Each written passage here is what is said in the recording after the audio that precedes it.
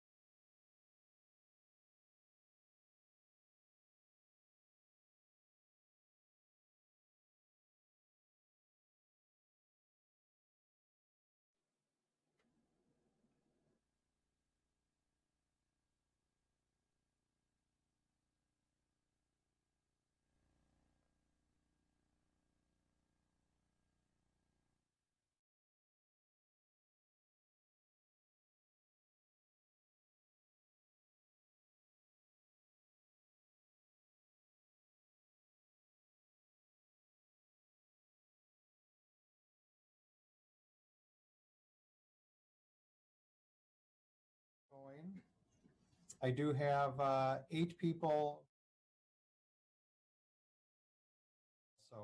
this evening. So I know at least one of them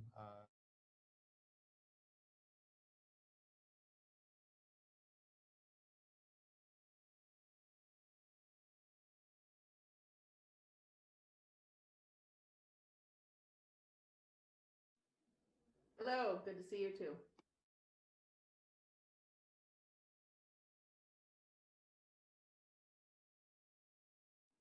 No, I'm at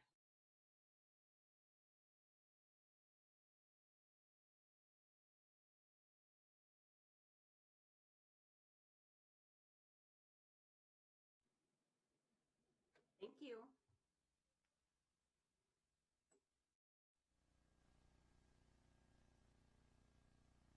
and a reminder for those online, if you'd wish.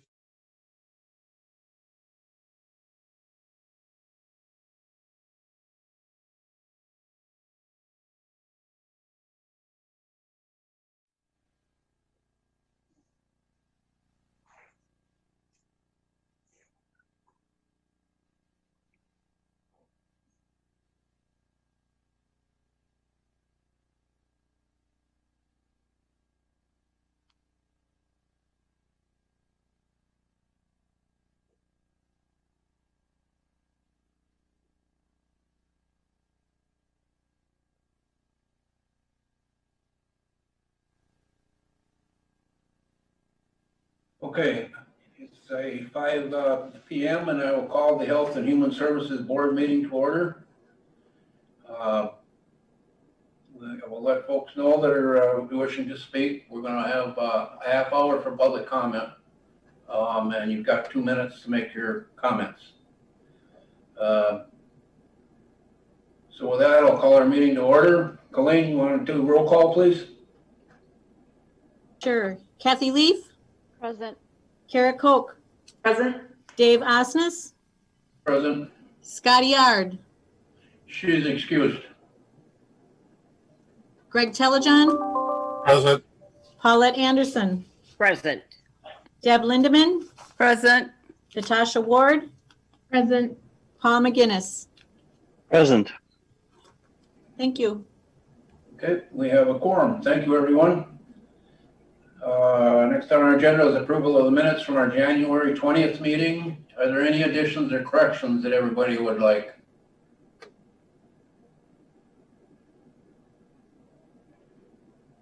Hearing none, those will stand as approved and written. And we'll go into public comment. Ken, you want to get us going on that? Yes, thank you, Mr. Chair.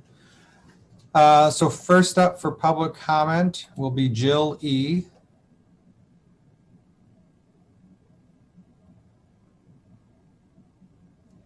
And remember, if you are in the county boardroom and you're connecting via your phone, to please go out into the hallway. Otherwise, you're going to get horrible feedback. Can you hear me now? We can hear you. I did get a little bit of an echo. Is it okay now? Yep, I think that's better. Okay. I have a question. In a time where a lot of people are feeling powerless against COVID, what is this board doing to help empower the people? People are feeling like the vaccine is the only answer, and we all know there are so many other things people can do to help improve their health and immune systems. Dr. McGinnis himself agrees with this by saying in a post on Facebook that he supports interventions help with the immune system. He mentions exercise, healthy diet, adequate sleep, and stress management. Where are these recommendations from this board? We can no longer assume everybody knows these things. This is a Health and Human Services board. Please make personal health and healthy living a priority. Maybe each day, along with the COVID summary on the county website, there could be a healthy living post. This could be a small way to empower the people and that have been so affected by everything this past year. Thank you. All right, thank you, Jill. And as you had said in the county boardroom, if you have other people that needed to speak that are not able to connect, you can use your phone. I'm going to mark you with a lowered hand right now, but they can re-raise that and I will recall upon you if you have a different person that needed to speak then. We'll move on next though to Liz. Right. Liz, if you want to unmute and have your public comment. Hi, I'm sorry, I'm trying to move out of the room. Okay, I just have a few questions. I'm still wondering how many of the deaths in St. Croix County are due to COVID and how many deaths are with COVID. You've given very vague answers, but those answers are not satisfactory. How can you not know the answer to this? You're either incompetent or lying, which is it? How can you make informed decisions for a county if you don't know the answers to those simple questions? That leads us to believe that you are lying. How are you informing the public of the adverse effects of the vaccine? Are you making people aware that they're participating in a vaccine trial? Are you giving them all of the information for what they're being studied for? According to the Nuremberg Code, you're required to get voluntary informed consent. Have you told the citizens that all animals in previous coronavirus trials have died? All of them? Have you told the public that they shouldn't receive the vaccine if they have allergies to the ingredients? Have you told them, have you told them about all of the adverse effects such as Bell's palsy, autoimmune diseases, ITP, heart attacks, paralysis? Have you told them that if they plan to have children, that they should not get the vaccine? How are we supposed to look at the post-vaccine deaths as after vaccination, not because of vaccination? And yet we're supposed to look at all COVID deaths as due to COVID, but not with COVID. Tell me again why we should trust people like Bill Gates, who you apparently are taking your information from, who are making decisions for the majority of the world, but saying that the earth should be depopulated by 30%. Are you putting... All right, thank you.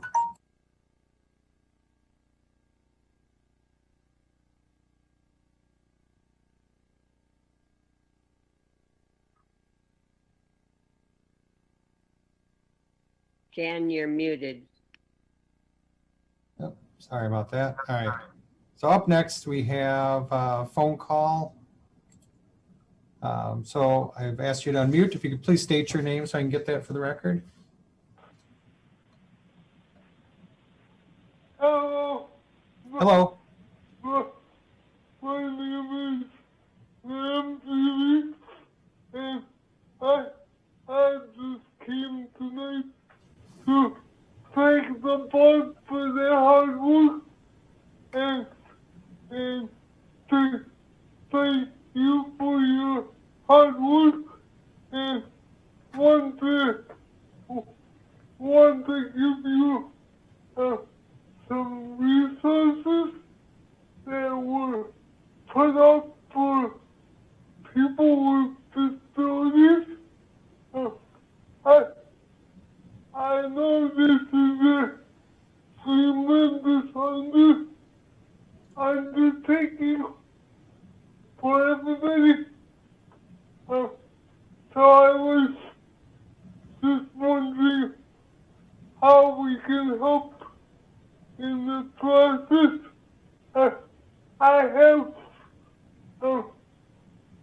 access to a wonderful sheet put out by the Wisconsin Board for People with Disabilities, and I was just wondering if there's any estimation as to when they're going Thank you. We did hit the 2-minute time limit. I know that the Public Health Department, though, does appreciate the compliments when they get them.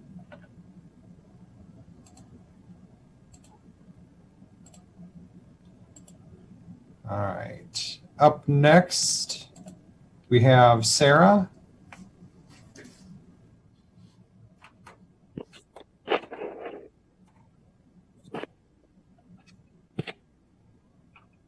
Hi there.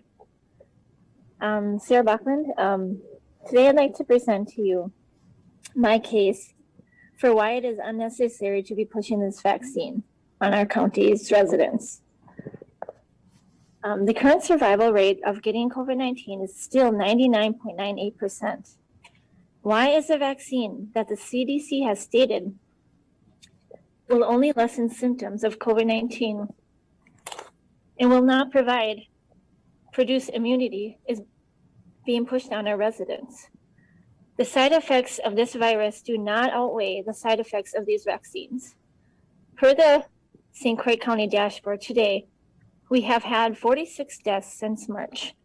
Every death is unwanted, but putting that number into perspective, the CDC's website states that on average, 8,000 people die every single day in the US. So 46 people dying of COVID in a year is not that alarming. I'd also like to note that there are only 3 current hospitalizations in all of our Western Wisconsin hospitals. That's out of 7 hospitals. I page in there. I understand that what you're doing, that you're just doing your job, but most of you probably believe that what you are doing is good. But I'd like to ask today that if any of you have had a check in your heart about what you are pushing or how this could be wrong, I'd ask you to reconsider, step back, and give better information, and maybe even speak against this vaccine with us. Thank you for listening. All right. Thank you, Sarah.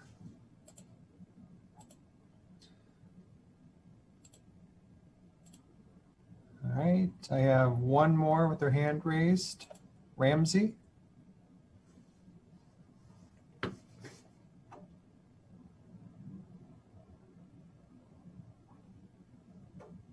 Sorry, we already made a comment.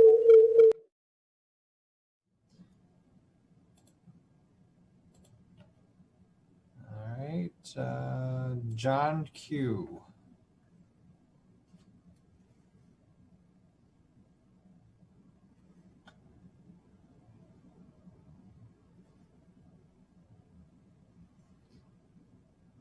Did you want to make a public comment, John?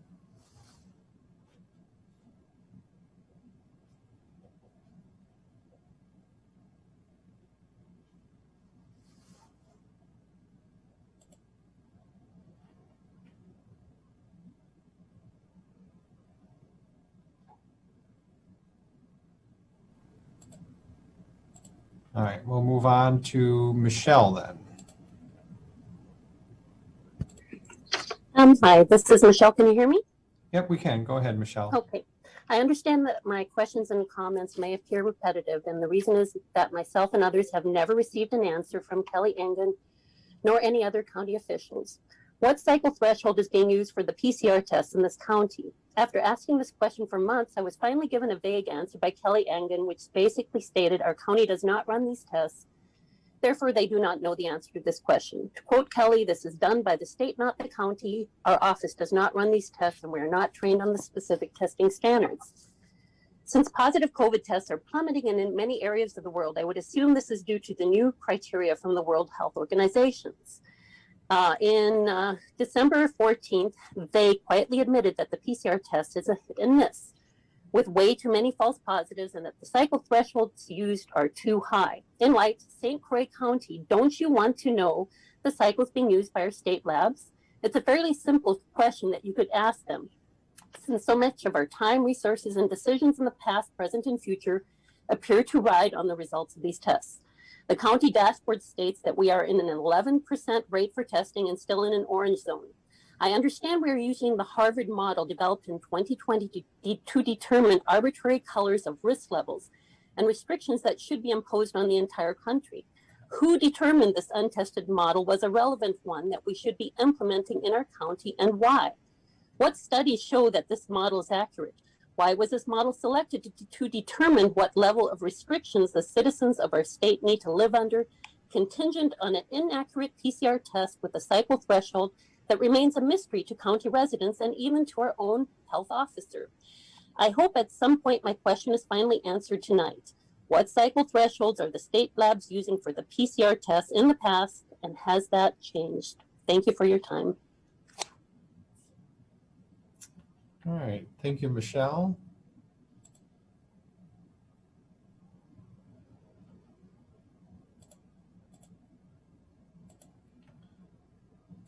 All right, I have no additional hands raised, so last call for public comment. Not seeing any, Mr. Chairman. I am turning the meeting back over to you. Okay, thank you very much. And with that, we'll move right into our business items. We're going to have a vaccine planning and distribution update from Kelly. Kelly, welcome. It's nice to see you tonight.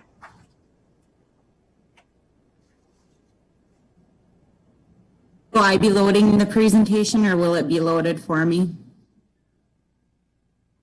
I will load that for you, Kelly. Thanks, Mr.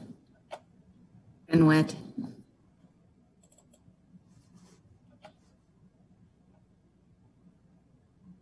So thanks for having us again at at HHS board. We had another vaccine clinic today, so we've had a busy day, long day already. We're at WITC today and gave first. We do not have Ellie with us today. She is on a much needed vacation. We've worked her pretty steady since June when she started us. So you won't get her going through the dashboard with you later. This is a graphic that many of you, if you're on the county board, have seen. This is a graphic DHS put out related to all the paths and steps that really need to take place from getting vaccine at the federal level to the state level and then to us at the local level. And don't forget, local health departments are not the only providers giving vaccines. We have hospitals, clinics, pharmacies also giving vaccines in our areas. And we got word this week that a large home health agency actually did get enrolled as a vaccine provider in St. Croix County. So they will also be administering vaccines to homebound clients, which is great. Next slide, Ken. I'm not going to speak detail. I'm going to be concise. Here is the rollout of the COVID vaccine to our community as prioritized populations. DHS at the state level has made a determination to shy kind of away from using these very specific categories such as 1A, B, 1C, and then into phase 2, they're going to really focus their communication strategy around currently eligible populations and next eligible populations. That does not, however, really change the way the groups are categorized within those priority groups. Right now, we continue to be in 1A and 1B, and there's not a super clear explanation for that other than in St. Croix County of, I like to use the 100,000 mark about roughly to estimate our population. I know we're lower than 100,000, but I use the 100,000 mark often when we address COVID topics. So when we think about a population of 100,000, public health does not have we have a good overview of who our partners and healthcare entities are that strategize with us related to a lot of other things in public health, such as our community health assessment. However, we have found through this process, we have a lot of unaffiliated healthcare providers that we necessarily didn't know about until COVID-19. There is an absolute demand for vaccines. The phone calls that we receive on a daily basis about when am I eligible, this is what I do, are amazing. I don't have statistics set up for you tonight, but if you are interested, we can absolutely prepare them for you. So we are working our way through 1A and 1B. I know there is a lot of people advocating, including myself and a lot of people in our department, to get our educators and child care providers vaccinated.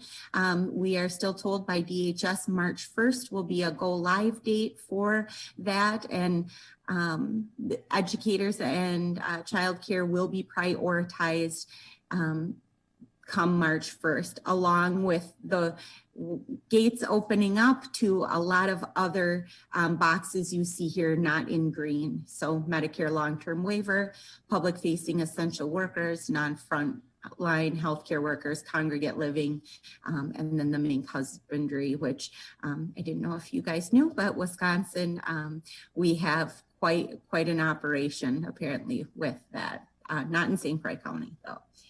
Next slide. Yes. So this is a little bit what I talked about related to kind of the state's new messaging campaign about currently eligible populations, as well as next eligible, and then a category of future eligible populations. So again, I think Dr. McGinnis said this best. Probably we're going on month 3 now of when he first coined this, is managing people's expectations about when the vaccine will be available to them. It will be one of the biggest challenges that we face. And I say that often, as that is really ringing true for us in St. Croix County.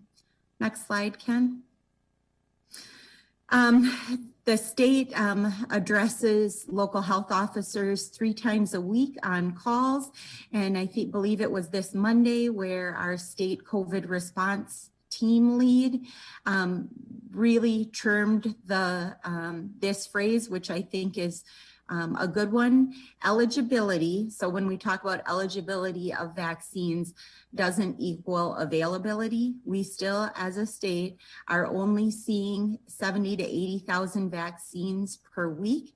Those are allocated on a very complicated formula that a professor with, I believe, UW-Madison is working with a state vaccine strike team on, and those allocations determine which vaccine provider gets what, are made on a weekly basis. We still continue to fill out the survey weekly to request how many vaccines as a vaccine provider we believe we can do in a week's time, and that continues.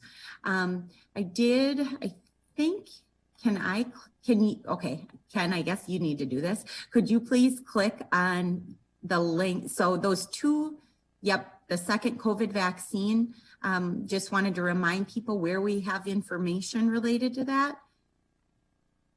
I hope it I did test it out. It did work before I sent it to you.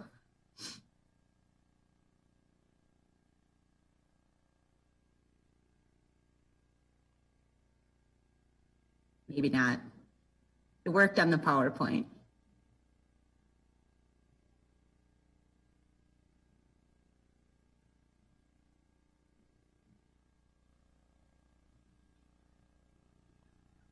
Perfect. And instead of like making you go back to the PowerPoint, we can kind of scroll through here. Just as a reminder, there's vaccine information here, as well as COVID information on the other top ribbon. I don't know if you can see my cursor, but why don't you go and click on request a vaccine, Ken, so we can really walk people again through this process.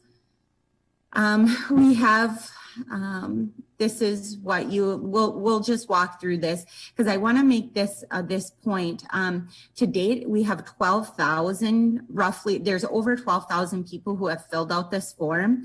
You absolutely only need to fill out this form one time. We have one person mining the data that this form generates, and we have had 3,000 duplicates. That doesn't mean 3,000 people signed up more than once. It could mean 10 people signed up 14 times. So I think our important message that we really want to get out to the public is you are not going to receive a confirmation about when to have an appointment after you fill out this form, but that will come as vaccine becomes available. So yeah, Ken, let's fill this out. You're an essential worker. Great. What type of worker are you? Transportation. Good. Individual. Yes. Thank you. John Doe. Very good. Senior. So you better be 65 and older if you're a senior. Okay, you don't have to be.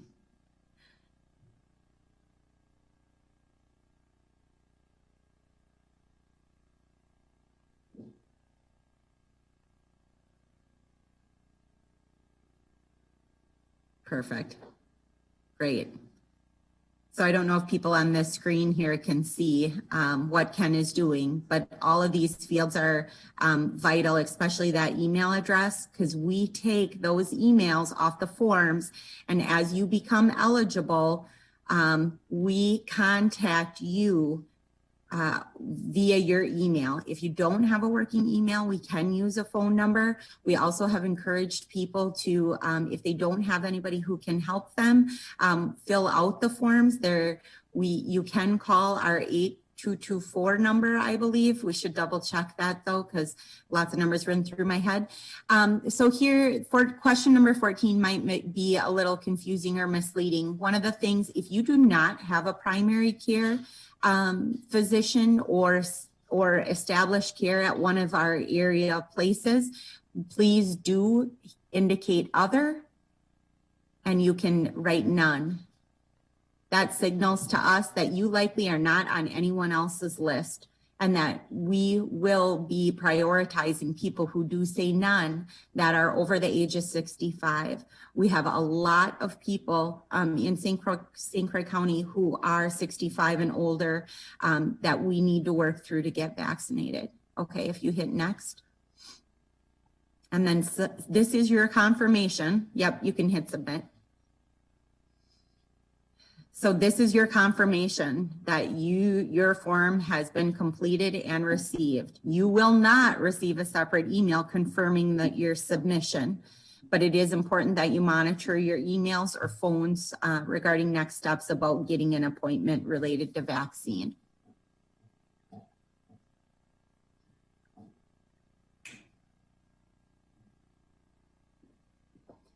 Okay. We could go through the dashboard. If you want to do that, Ellie is definitely, well, how about, do we have questions so far?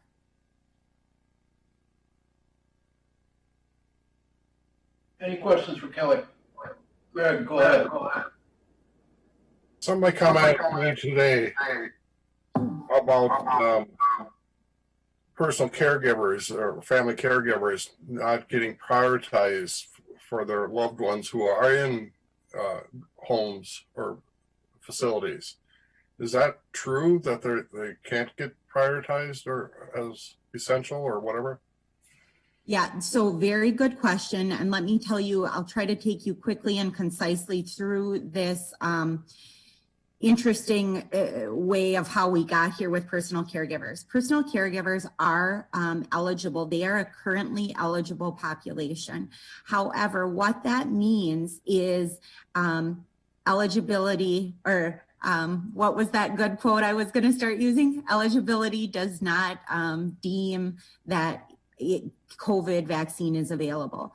So what had happened is people who are part of Katie Beckett, Birth to Three, Iris, Family Care, some of the waiver programs, they all received a letter from the state of Wisconsin saying, hey, if you are a caregiver for anybody in these programs, you are now eligible for vaccine. That really signaled to all these families that, hey, you are eligible and you should call your local health department. Local health departments were not made aware that this communication was going out, and really took us by surprise. We're probably in week 3 or 4 of that already. They got this communication quite some time ago, which we've asked a lot of questions about.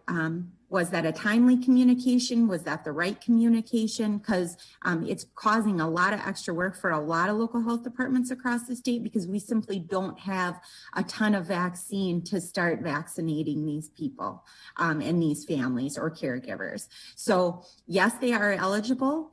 I have gotten confirmation from all of our St. Croix County CEOs, hospital CEOs, that when we communicate with these families, which a communication is going out to these families this week, to say also, please check with your local healthcare provider, because vaccine may be available to you through them.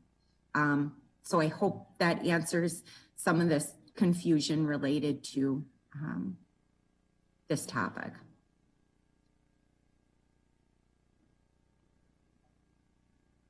Any other questions?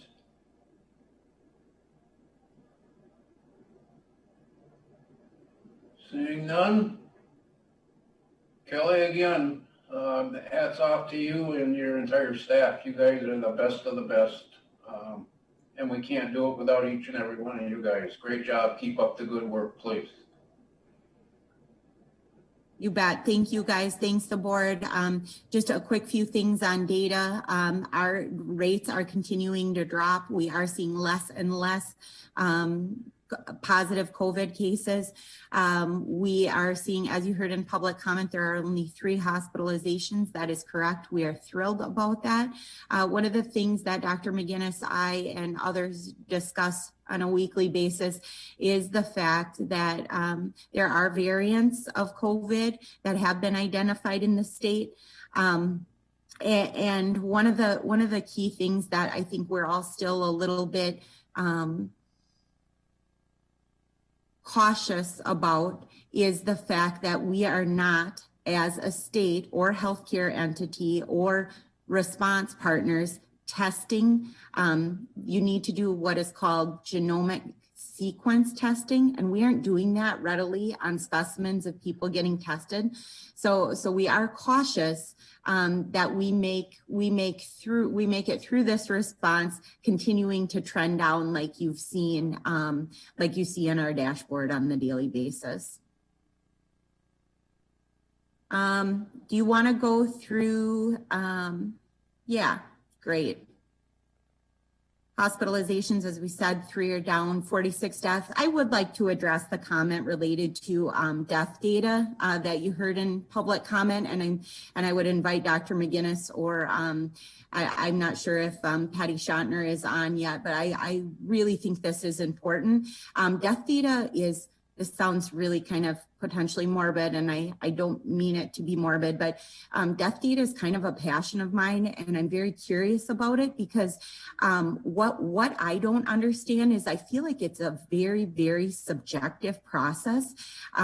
Different counties have different, whether you have a coroner or a medical examiner, really dictates some of the rules around death reporting. I believe we can look to Patty for that for confirmation. But as there are only certain people that are authorized to fill out death records. So when you are filling out a death record on someone, this is a very subjective action. So when we get comments like, do you not know? Are you not competent? I push back a little bit to say, this is an interesting, complicated process related to death records. I'm definitely not an expert, but very curious as to all the different intricacies that present with death data. So I just wanted to address that. Okay, yes, demographics, you can see we still really are seeing our largest positive cases in that 40 to 59 category, followed by our 20 to 39 category. Still seeing low rates in the schools, which is fantastic. Schools are anxious to move towards a more normal path, back to less restrictions, less social distancing, less masking. I'm telling them, let's be cautious as we do that. We don't have recommendations to do that. I realize the lives kids are leading as a mom of a 12-year-old myself right now. What a strange and weird time to be growing up in such a weird year. Percent positive testing is looking good. So the tests that we are running and the percent positives has really dropped significantly in the past 2 weeks. We still like to see that percent positive number under 5, currently at 11, but definitely dropping. We were in the 20s, I believe, 2 weeks ago. So, and vaccines, we can talk a little bit about this. Vaccines continue to be our biggest challenge related to the response. So far, roughly 13,500 people have been at least given a first dose of vaccine in St. Croix County. You can see that we are still currently on that 1A and 1B eligible people. About a third of everybody has completed a dose series. So, or a fourth, I guess, right? More closer to a fourth has completed the vaccine series. Related to the vaccine front, we are hopeful that we will see Johnson & Johnson's vaccine in early March, maybe mid-March. The one great thing about that Johnson & Johnson vaccine is it is a 1-dose vaccine. So looking forward to not having to schedule multiple appointments with people and get them back in a 3-week window so they get their second dose. This is our response currently. We are still, we have gone back. Our cases have dropped enough that our team of contact tracers is reaching out to obviously all the positive cases that come into our health department during the day, as well as making contact with anyone they disclose that they've been in close contact with during their infectious period. That's not something we've been able to do since mid-November. So we're excited to be back in regaining really what good infection control through contact tracing looks like. And I think that's it.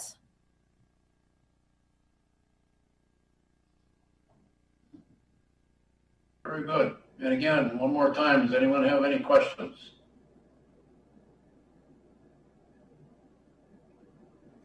Okay, seeing none. Kelly, again, thank you. Good job. And we will move on to item number 2 with Faye and our financials.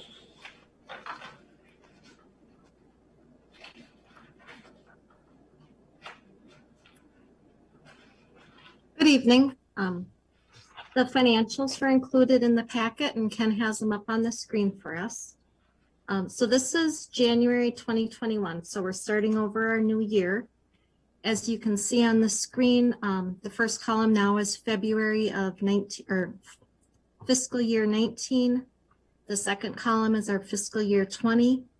It does list that this is actual final data. This is not final data yet for 2020. Most of our operating expenses have all been posted. Our payroll accruals have all been done, but we are going to continue to receive revenue into fiscal year 2020.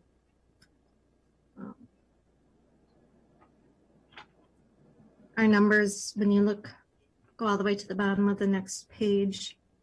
So we are seeing a negative, 472,000 here for HHS.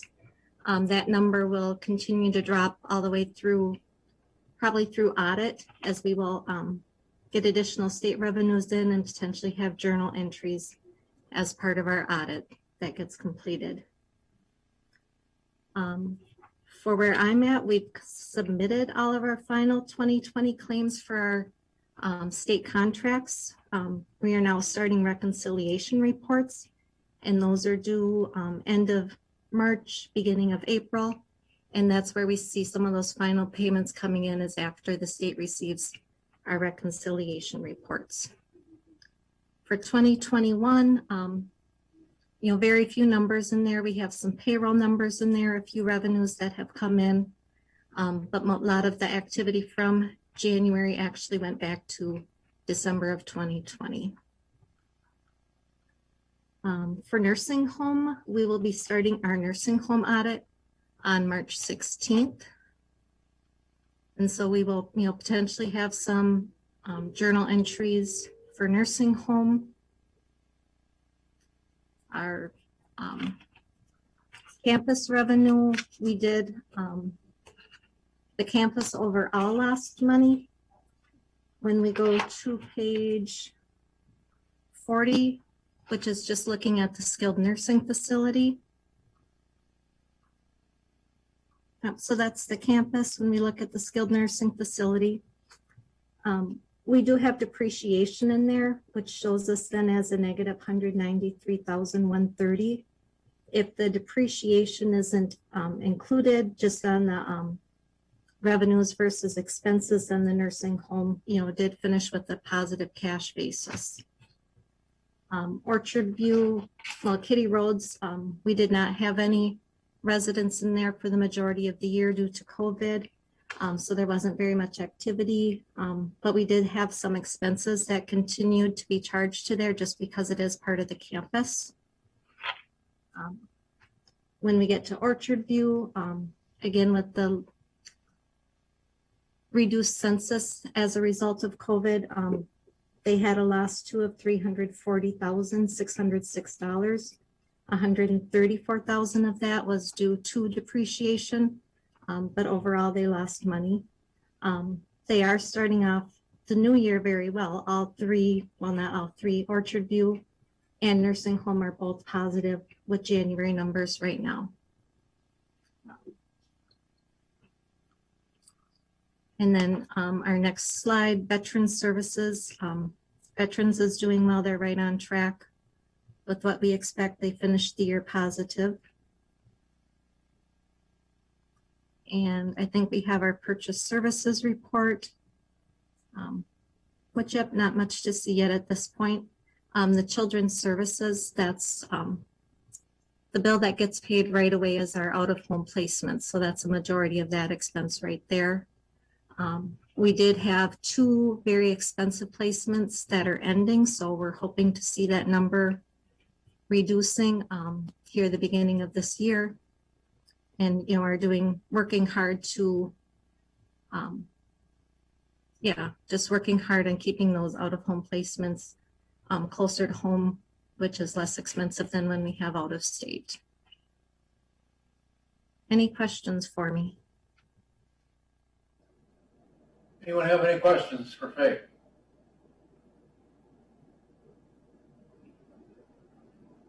I don't hear anyone or see anyone. Faye, thank you for your time again. And your work is greatly appreciated, young lady. Thank you. You bet. We move on to item number 3. Just to let the board members know, especially our new ones, one of the things that I try to do as chair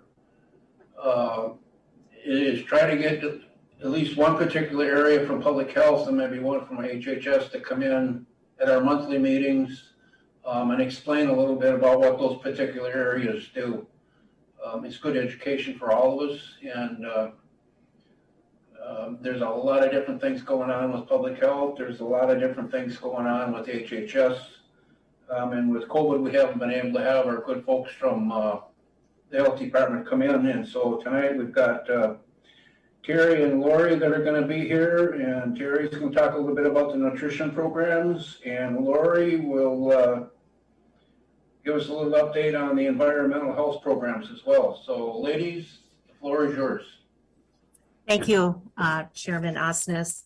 I'm pleased to be able to come and speak on something besides COVID. I think there's a lot going on in our public health department that we are maintaining while we work on COVID relief. So tonight to talk about some of our public health nutrition programs is an honor. Will you, Ken, move to the next slide for me? Thank you. So I'm going to start off and Lori will finish up with environmental health. You can go to the next slide, please. One of the programs that people are most familiar with is the WIC program, Women, Infants, and Children. This is a program that's administered from the USDA to the states, and then the states you can work it out of a county health department or, clinics, hospitals. And in St. Croix County, this was some hot off the press data that I had gotten that 49% of the eligible individuals, that means they're either pregnant, postpartum, they are children 5 years or under that have a nutritional need and income eligibility. 49% are participating in the state of Wisconsin. 37% of all infants born in Wisconsin participated in WIC in 2017. And there's a lot of national data that shows that, across the country, approximately 50% of all children and infants at some point in their life participate in that first 5 years in WIC. So WIC is a very successful program, and it is an essential service for us. So we have not only been continuing to provide our WIC program, while a majority of our WIC staff, I think we have 3.7 FTEs, is also working on COVID response duties. So during this time, our caseload has actually increased from March of 2020 to December by approximately 70 participants, and we've added 20 more families. So we are servicing 630 participants per month. Breastfeeding peer counseling is another off program from the WIC program. Our peer works with approximately 165 mothers each year. Again, some counties have made the choice, and maybe out of necessity, to pull a lot of their WIC staff into COVID response, and they have temporarily put some of these programs on hold. We have opted not to. So our WIC caseload has increased, and we are providing full service. Our breastfeeding peer counselors continue to work. We did administer the farmers market nutrition program, and as I'll be talking about in some of the upcoming slides, a program called Fit Families, which again, most counties have decided to put on hold during this time. Farmers market program, there's also a farmers market senior nutrition program that the ADRC works with the state to provide farmers market benefits for our seniors. Before COVID hit in 2020, this was one of our goals, was we typically have about a 33% redemption rate. So, we're issuing benefits, and we're trying to constantly think of ways to get folks to use that. We've actually had put a farmer's market in our service center parking lot. We give them tons of recipes. We make it as easy as possible to get the produce and utilize it. And so we had lots of plans for 2020. And then, of course, COVID hit, and we were just happy to be able to provide the program, and we weren't able to see people in person and do all the fun activities that we had planned. So hopefully this summer, maybe some of those things will be able to happen. So this, again, also was hot off the press. The state sent this to me, oh gosh, Friday, I believe. And so there is 2 typos that they sent me on Monday that did not get taken out of this. So for that, I apologize. But the Fit Family program, I'm not going to go read all of this to you, but it's a program that I've spoken to previous boards about. We have been involved in this program for 7 years. We work with 25 families for 13 months. And we really work on behavior change as a family in, getting parents to realize that, your kids are watching you, you're modeling. So let's start with you and try to get some good behaviors established. And the topic areas or the core messages are listed on the slide to the right. Making every bite count, really working on getting kids hooked on eating fruits and veggies, watching less screen time and being more active, healthier choices of beverages, less sugar sweetened beverages, and then, like I said, being more active and being active as a family.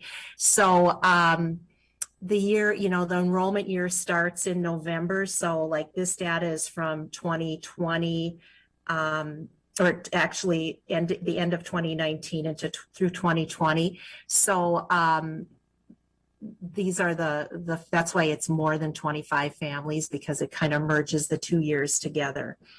If you can switch to the next slide. Thank you.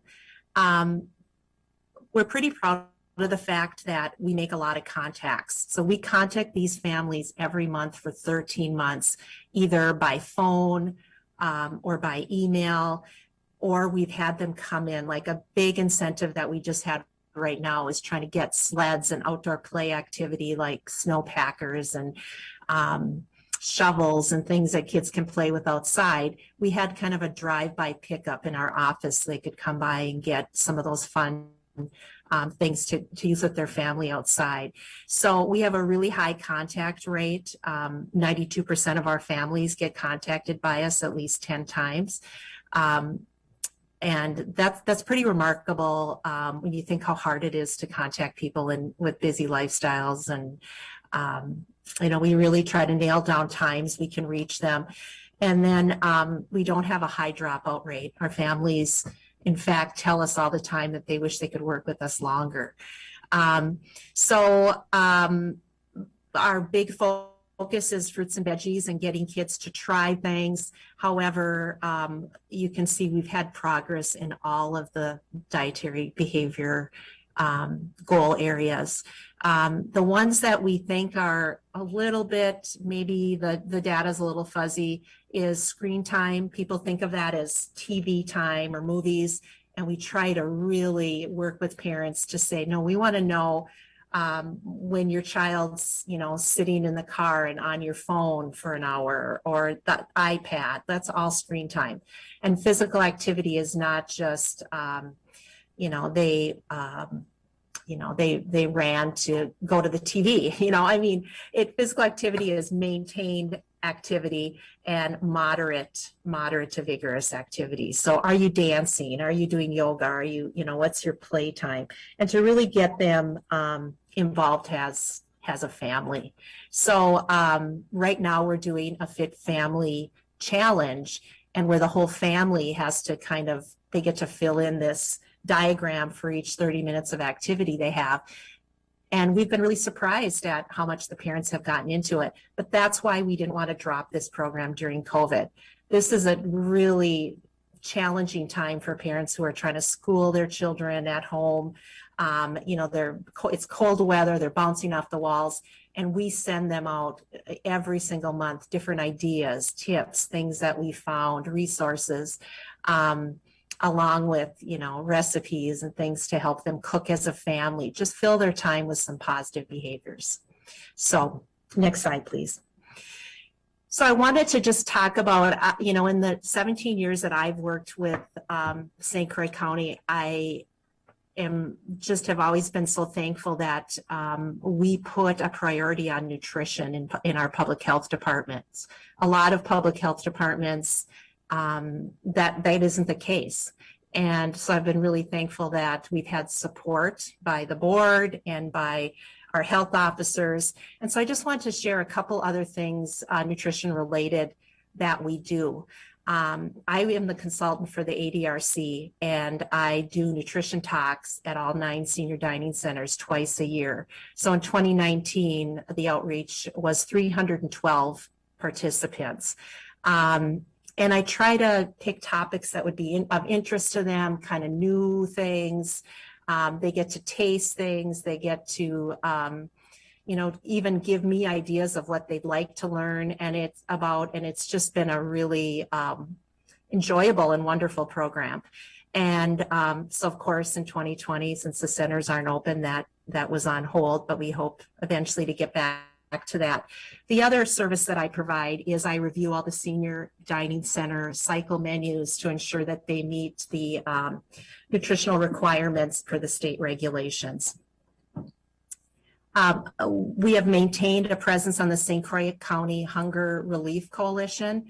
I provided a talk to all of the dining centers last month just to give advice on how to keep the food pantry staff healthy. What can they do to kind of put into place our public health recommendations during COVID so that they keep their staff safe. And then, of course, we have done in public health some pop-up pantries with the help of United Way to provide emergency food relief to families that maybe are on quarantine or have reasons that they can't get out and get food. So we have maintained that service. As far as Healthier Together, Pierce and St. Croix County, in the past, public health has had a very, very strong presence on a variety, on the food kind of security side and also on health and wellness and, activity. We've worked at the libraries to do the library activity packs, and that we still are involved as far as we can provide recommendations, but we aren't able to provide as much time on that currently. And then school nutrition and wellness. So again, one of the wonderful things about my job is I get to work with infants all the way through school aged and then to our senior population that I had discussed. So new school nutrition and wellness, helping schools to develop wellness policies. Again, schools are just working on keeping kids safe. So, that's been put on the back burner, but we are still involved in going into schools. In fact, I will be going to Glenwood City next month with their child development days. So kind of the little kids coming in pre-kindergarten and talking to families about establishing good nutrition habits and what to expect with school-age children. So that is kind of a wrap-up of what I had to say. I do want to thank the board again for support that we have for nutrition programs and our public health staff's willingness to both maintain these programs along with step up for COVID relief. So thank you. Thank you. Does anyone have questions for me? Anyone with any questions? Yep, I had one, Dave. Go ahead. So I was looking at first of all, thanks for your presentation and all that you do. It's wonderful. When it said 49% of eligible WIC people eligible for WIC participate, how do you get the word out about it? Because it seems that there's a gap. That's a really good question. Thank you for asking that. We have really good connections with the hospitals. So we used to get this birth list, but now the hospitals refer all of their moms, their postpartum moms. They all get a packet. So they get a packet in their pregnancy packet talking about WIC. And then postpartum, the nurses, especially the breastfeeding service, they automatically connect us for that.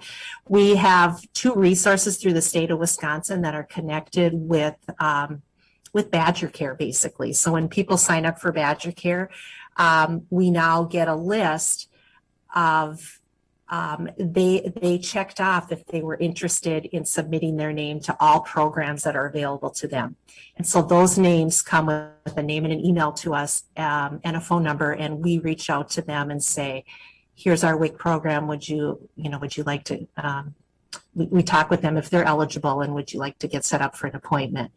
The other place we get referrals is within county services. So our reproductive health department refers a lot of people, children's services, we get. So we also have an outreach committee where we have basically an Excel spreadsheet, and we are constantly putting things out in the community, and we document to make sure, okay, we haven't been to Glenwood City for half a year. We better get to the library. We leave flyers there. Yeah, so wherever we can, there's a WIC Mom Strong Facebook. The state pays for this marketing service, and we try to put some of those on our Facebook and use that prepaid marketing as well. So you're right. I mean, are we missing people? Probably. So we just try. For a while we were offering, we have these cards that if you were for a friend, there was an incentive. So yeah, if anyone has any other ideas, share them, because we're always looking on ways. I was wondering if it was a stigma situation, perhaps. If it was a what? If it was Stigma? an embarrassment or stigma. No, the stigma has really been resolved with the eWIC card. So there's no paper checks anymore. Nobody can tell. You're just swiping a card. They can't tell. And now you can even do self-checkout. So the stigma piece, from what I'm hearing from the clients, because we do have little surveys that we send out every time, like twice a year. They're automatic, and we want to get feedback. Our participants are so thankful. They say that there's not that feeling anymore where, hey, these checks aren't working, or the person behind them is mad because they have to wait. It's really slick. So that's good. I'm glad to hear that. Yeah, it's been a wonderful addition and change to the WIC program. Thank you. Yes. Dr. McGinnis, go ahead. Yeah, a comment and a question. The first comment is, nutrition is the place where I think a lot of good health begins, and so the role that you all are playing is really, really important and very critical, and the ongoing support, even with these really difficult COVID times, has been appreciated. And I think also the fact that you guys are still carrying on with the fact that some of your people are doing the COVID side of the world too is quite a testament to the hard work that you guys are putting in. The question I would have is related to the 49%, 47%, because that caught my attention too. If we looked at, say, other counties throughout Wisconsin, what kind of numbers do we see? Is that a similar numbers, a little better, is it a little worse than average? What's the comparison there? Well, the 49% is the state of Wisconsin. That's not our county. That's state of Wisconsin data. When I pull we can pull how many women were pregnant in the county, how many babies were born. But it's really hard because the state will send me some reports. It's hard to compare it because we have that income factor in there. And I don't always have access to that. So I know how many births we have, but I don't always know where they have been eligible income wise. So that's the hard piece for me to get pure data there. So you're saying the state doesn't break it down at county level? The state does not. I mean, we get reports, but the reports we get is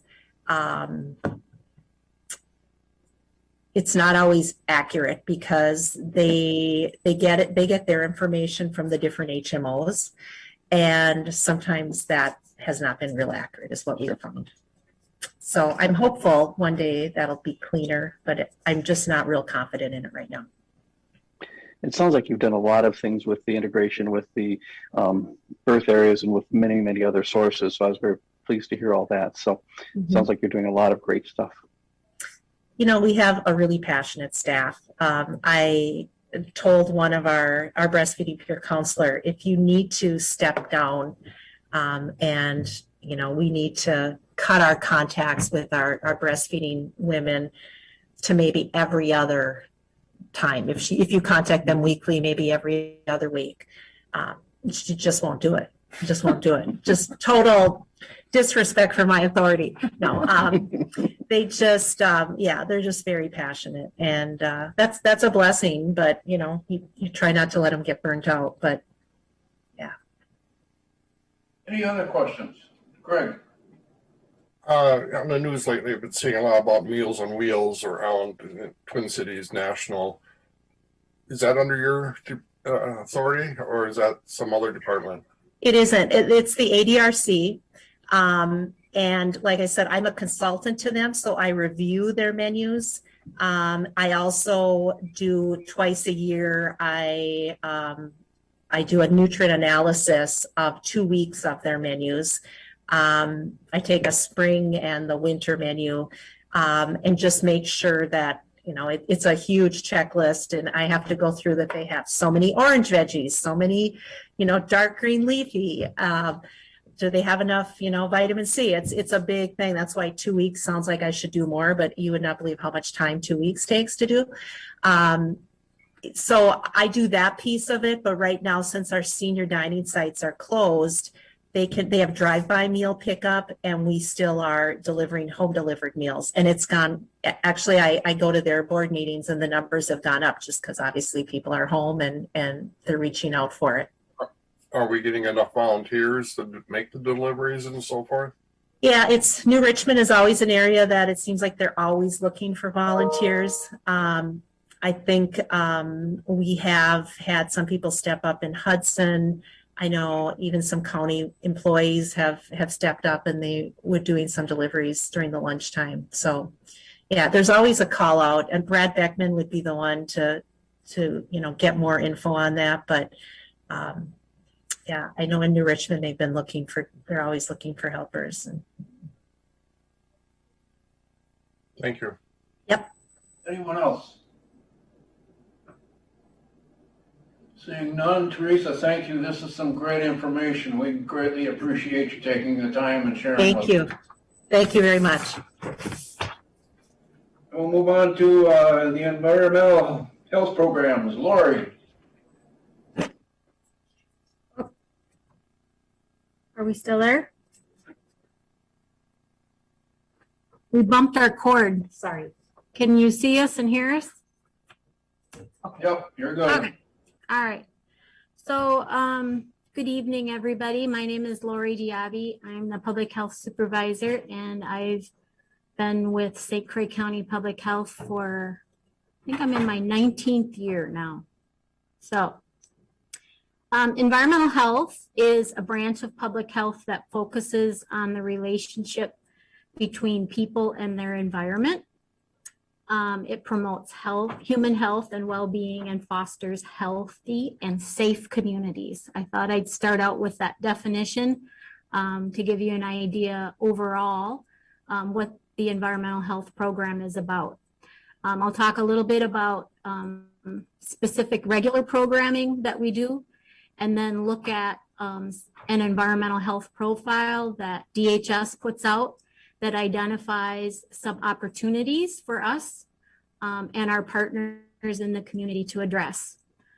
We have 2.5 FTEs in our environmental health program. And these are the 4 primary areas of our regular work. Oops, stay here. So one of the things that we do is our environmental health staff enforce the Human Health Ordinance, Chapter 42. And some of the things that are included in that ordinance are, first of all, a human health hazard is something that's a substance or an activity or a condition that's known to have the potential to cause illness, endanger life, or spread disease. But some of the examples of the things that are included in the ordinance that our staff work on is unburied carcasses, animal waste, air pollution, noxious odors, food or breeding places for vermin, toxic hazardous materials, wastewater, surface water pollution, groundwater pollution, water supplies, holes or openings, inoperable vehicles or parts, abandoned refrigerators or airtight containers, non-functional or unsanitary public building fixtures, unhealthy or unsanitary conditions, unsafe structures, and then a category other. And our staff, they write orders and enforce that ordinance. Another area of our regular programming is we have agent contracts with the state of Wisconsin Department of Agriculture, Trade and Consumer Protection, and DSPS, Department of Safety and Professional Services. And through those 3 agent contracts, we have 2 with DSPS and 1 with DATCP. We license and inspect facilities such as manufactured home community parks, tattoo and body piercing facilities, restaurants, hotels, swimming pools, campgrounds, recreational educational camps, swimming pools. I don't know if I listed that, which ones I missed. Right now we have about 501 businesses in the county that we are licensing and inspecting at least once per year. Then the next regular program activity is our DNR contract that we have with the DNR to test water and well inspections of, there's 115 water systems that we inspect that are considered not transient, non-community water systems. The definition of that is a non-community water system is a system that serves at least 25 people at least 60 days a year. Examples of those could be taverns, motels, restaurants, churches, campgrounds, and parks. Another regular program area are animal bites or the rabies program, as well as radon and lead. With the animal bites, what we're doing there is we are monitoring when a dog bites someone and a quarantine order is written. Then public health follows and makes sure that the quarantine order is followed, and as well as like if there was bats or if someone woke up in their home and there was a bat, we take those calls and help people through that. The radon program, Dunn County is the regional center for the radon program, but we do sell radon kits through our office and do radon education. And then the lead program, we follow up on children that test or people that test positive. That would be anything over a venous blood level over 5 micrograms per deciliter. Public health for those would provide a in-home assessment, a lead assessment. So yeah, that's our kind of our regular programming. Before I move on, is there any questions on what we do regularly? Any questions?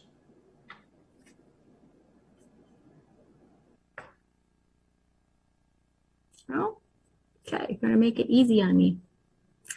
And then as far as opportunities for us as well as our partners working together is every 2 years, the state of Wisconsin DHS does an environmental health profile, and they're looking at 12 factors that influence our health. And those are included there, fluoride, alcohol density, nitrate in water, arsenic, carbon monoxide poisoning, childhood lead poisoning, radon, asthma, melanoma, lung cancer, heat stress, and Lyme disease. And they compile the data from the 4 different sources, the CDC, Wisconsin Department of Natural Resources, EPA, and Wisconsin Interactive Statistics on Health.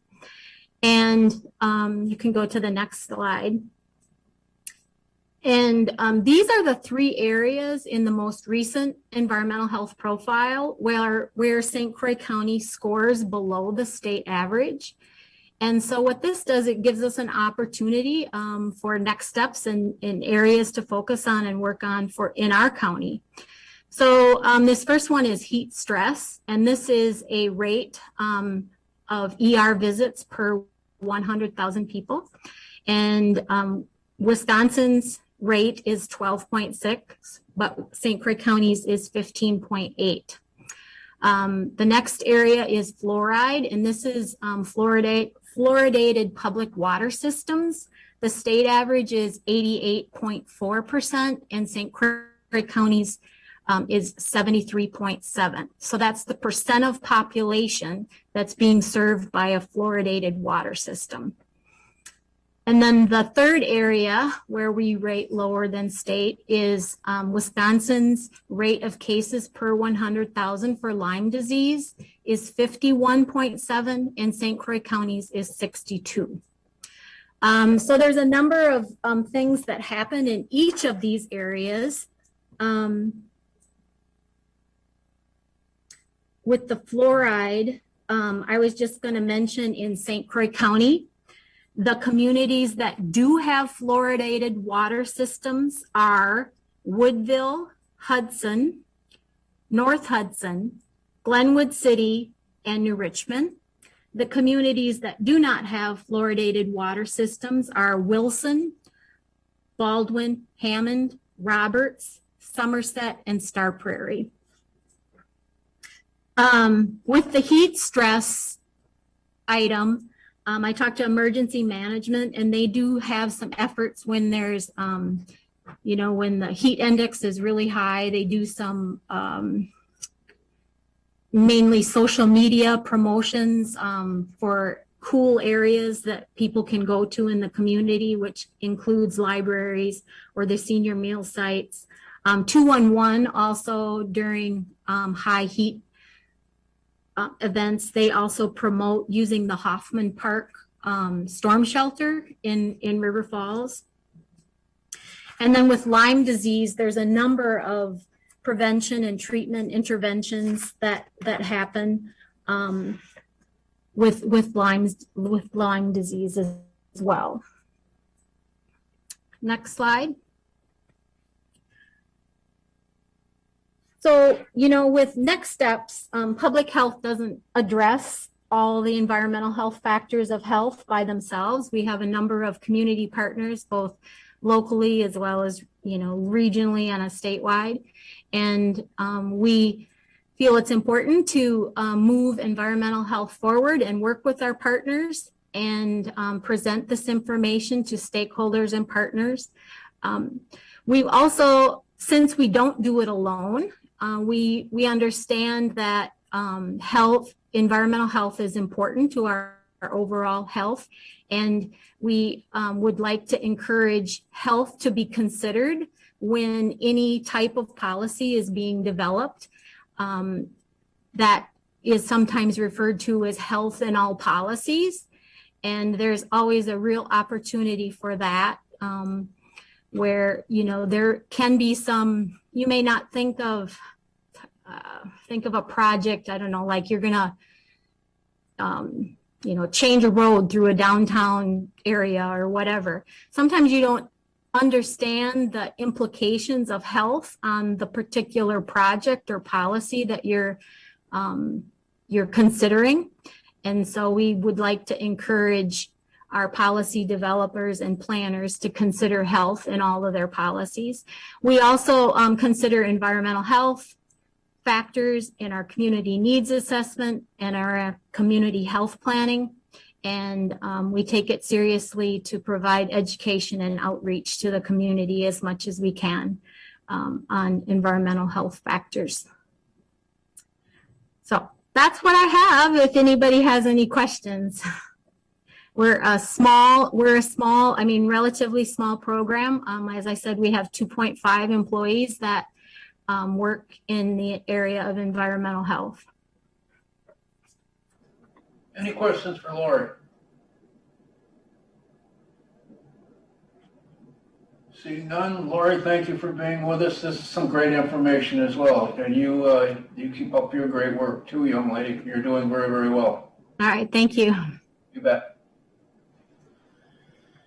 Okay, with that, we're going to move on to our final business item of the day, and that's going to be a report from our medical examiner. Patty is here along with Marcy. So ladies, you can take her away. Hey, thank you, Chairman Osmus. Thank you, everyone here in Health and Human Services to take the time to listen to our presentation. The Medical Examiner's Office is a crew of 5 investigators and 1 support staff program coordinator, which is Marcy, who you will be meeting later.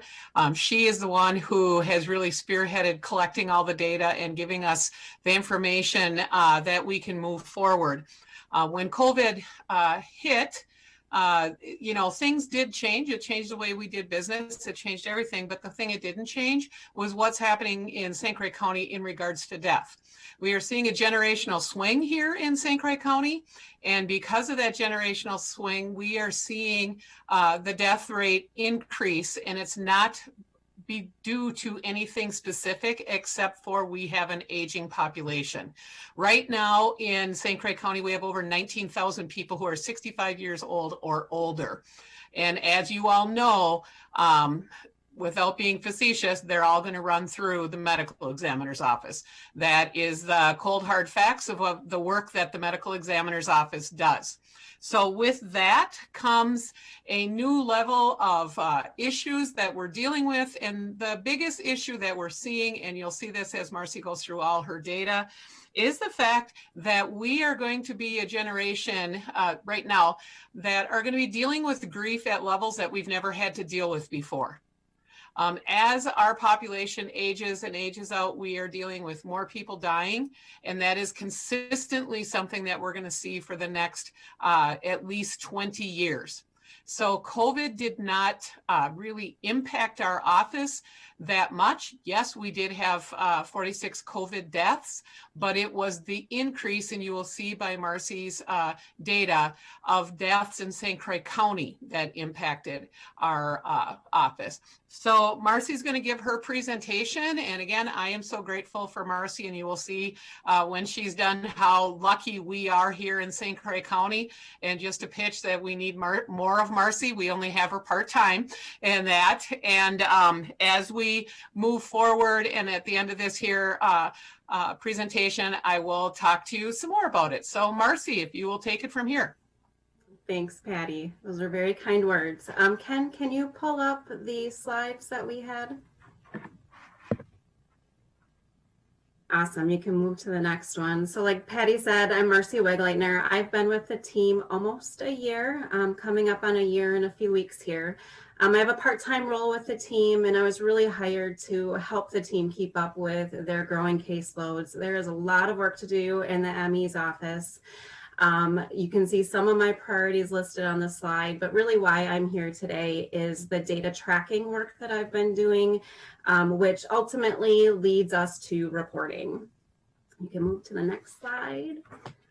So just a really quick snapshot on what we focused on in 2020. We really looked at the fundamentals. So making sure that we were consistently and completely tracking data like demographics, the information surrounding a death. Also, we added in death certificate information, which hadn't been done before. In the past, when Patty would certify a death certificate, it would go into her records, it would go into the DHS Civeris system, but it wasn't tracked in our case management system. So that was a big addition that gives us a lot of different data points, data elements that we're able to now report on. The other thing that I've been doing is just making sure that we have all of our supporting documentation in one place. And it's truly a paperless system. So if we need to go back in time, we can find everything that we had gathered for a certain case. We made awesome progress last year, but as you guys know, there's always more that can be done. Our case management system that we use has literally hundreds and hundreds of different fields, different data elements that can be tracked. So we're kind of in this process of prioritizing. We got those fundamentals down in 2020. Now for 2021, what are the next most important types of information to gather? And those could differ based on the case that we're seeing, but really looking at how we can expand our data tracking from our investigators so that we can ultimately enhance our reporting in the future. This is going to be an evolving process. Hopefully, this is a good start and we will just keep growing from there. You can move to the next slide. So tonight, I'm just talking about some initial trends and findings. To be respectful for everyone's time, I'm not going to go super deep, but I wanted to point out some things that we thought would be really important for this HHS board to be aware of. In the future, I hope to publish a 2020 full annual report. I am part-time. I have a lot of priorities on my plate. I don't have a timeline of when that will come out, but be aware that's on my list. You guys will all get a notice when that is available. Move on to the next slide. Before we dive too far into the data, I just want to set some basic terminology. Certain deaths within our county must legally be reported into the medical examiner's office. Things like hospice deaths, certain deaths within a hospital or a nursing home, any deaths within a home or residence, assisted living facility, accidents, suicides, homicides, all of those must be reported. We also have some other deaths reported into us for a cremation authorization. Some of those deaths may be within our county, some of them may be outside of the county, but the cremation is ultimately occurring within St. Croix County. So our medical examiner needs to sign off on that cremation before it can occur. Any of those deaths that I just mentioned, each of those is a case in our world.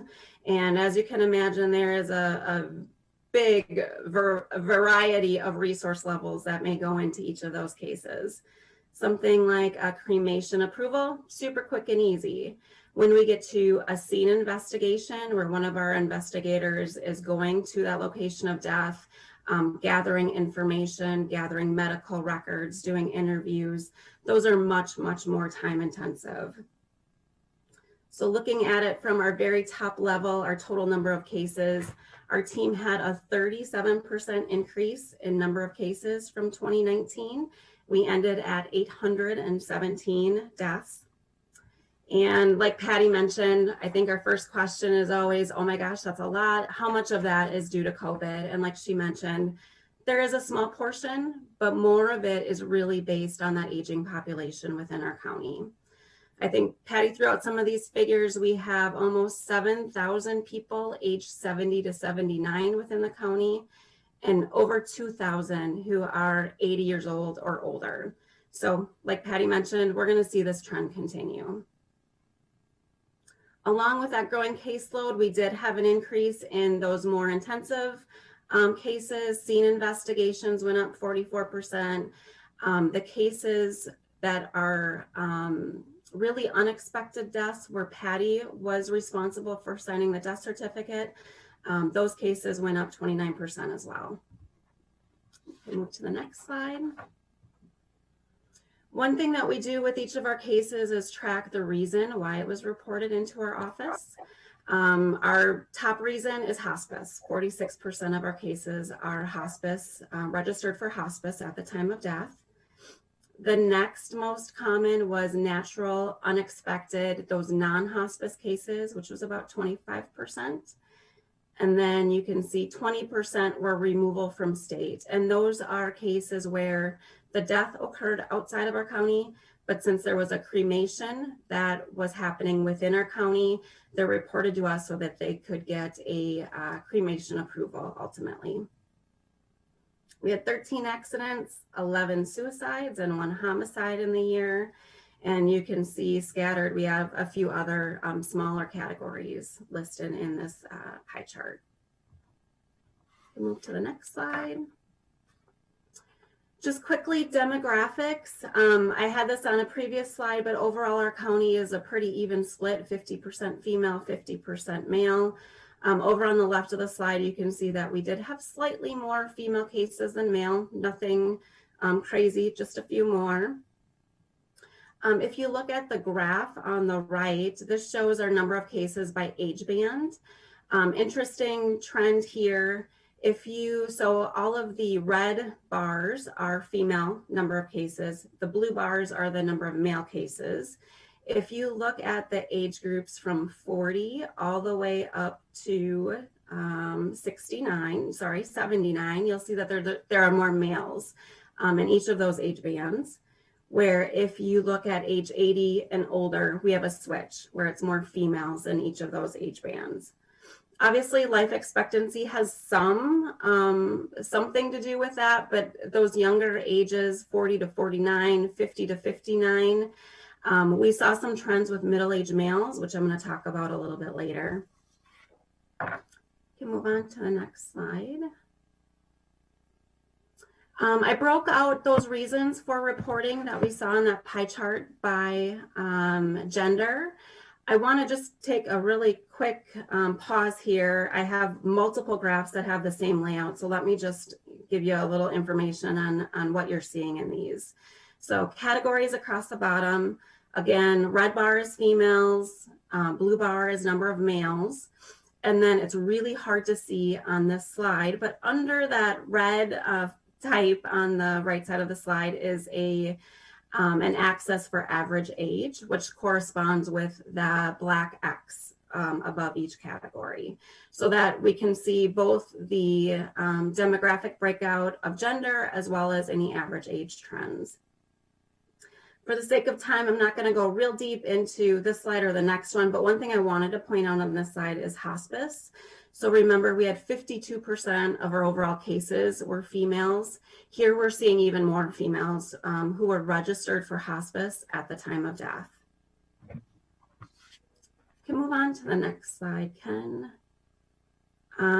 Here, I'm not going to spend a ton of time. A couple interesting things. Accidents, 77% of our accident cases were for men, and all of our suicide deaths within the county were for men. You can move on. One thing that I worked really hard on for 2020 was tracking the location of death for each of the cases that was reported into us. Overall, most of our cases, 296, the death occurred at either the decedent's residence or a family member's residence. Our next most common location was a nursing home or hospice facility.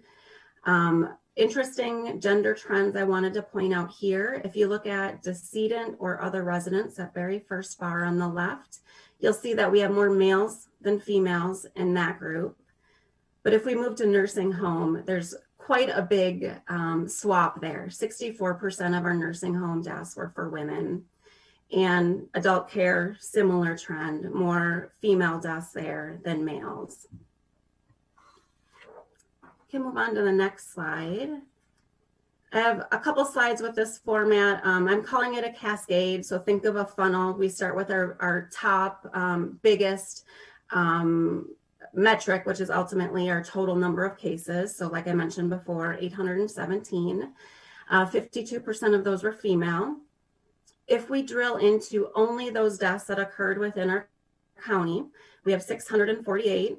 Few more females there, 53%.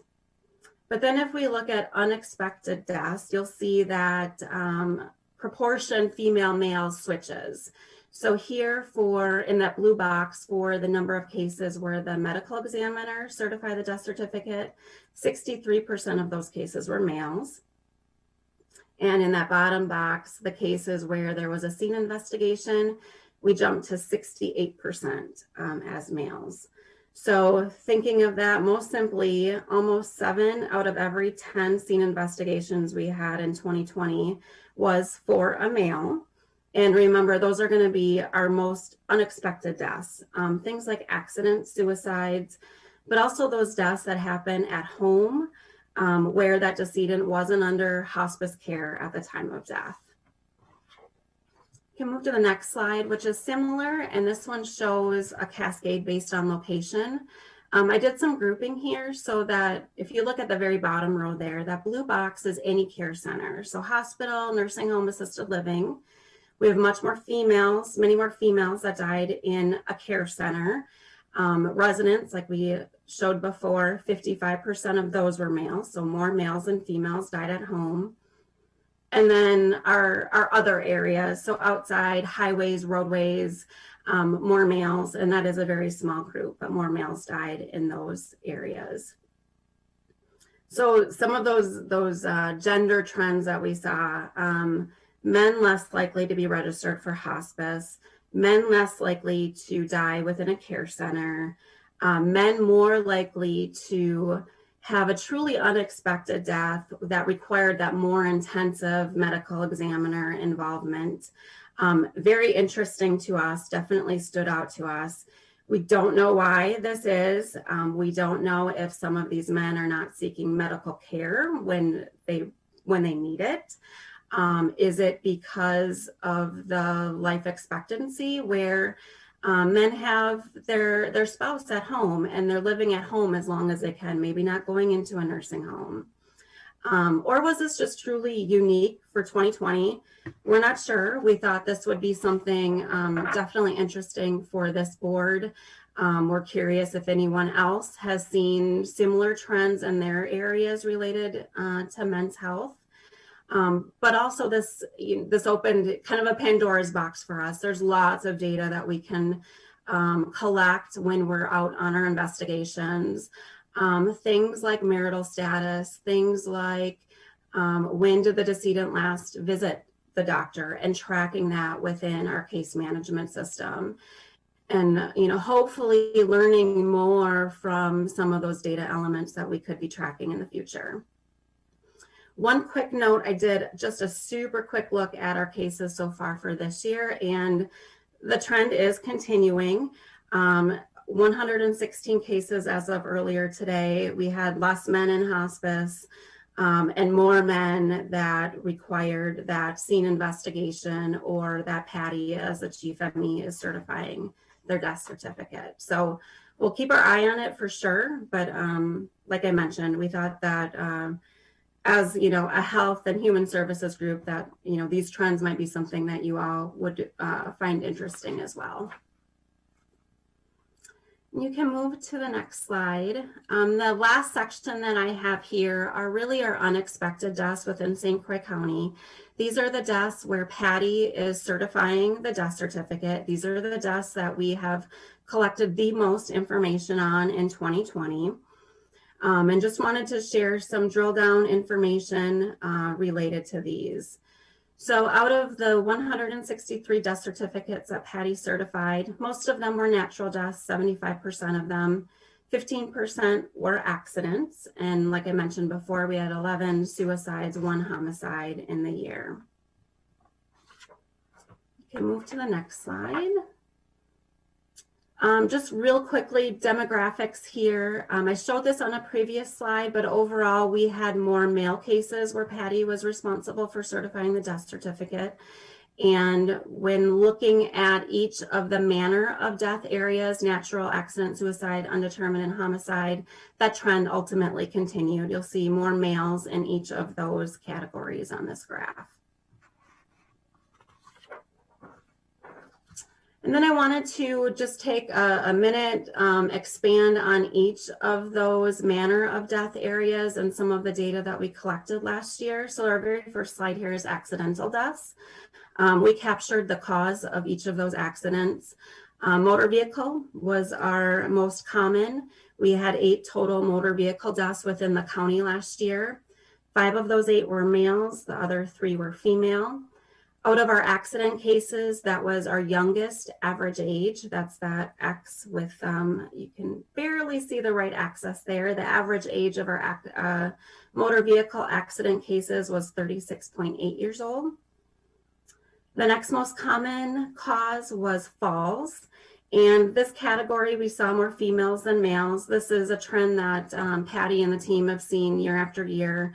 A lot of these, I think all but one of these cases, are seniors who have a fall that ends in some sort of a significant injury, and ultimately they have a pretty significant decline in health right after that fall. So like I mentioned, 5 females, 2 males, and that is our oldest average age of our accidental deaths at 76.4. We had 5 drug or alcohol overdoses last year. 4 of those 5 were men. Average age for that category was 48.1 years old. And you can see the other accident causes there on the slide. Those are just 1 case per each of those categories, but you can take a look at those. For suicides in the county last year, we had 11 total. All of these were men, like I mentioned before. This is the 2nd straight year with no female suicides. We captured the suicide method within our case management system. 8 of those 11 cases were suicide by firearm. And then in that table on the right, there's a suicide method by age group. Unfortunately, we did have 3 men aged 20 and under who committed suicide last year.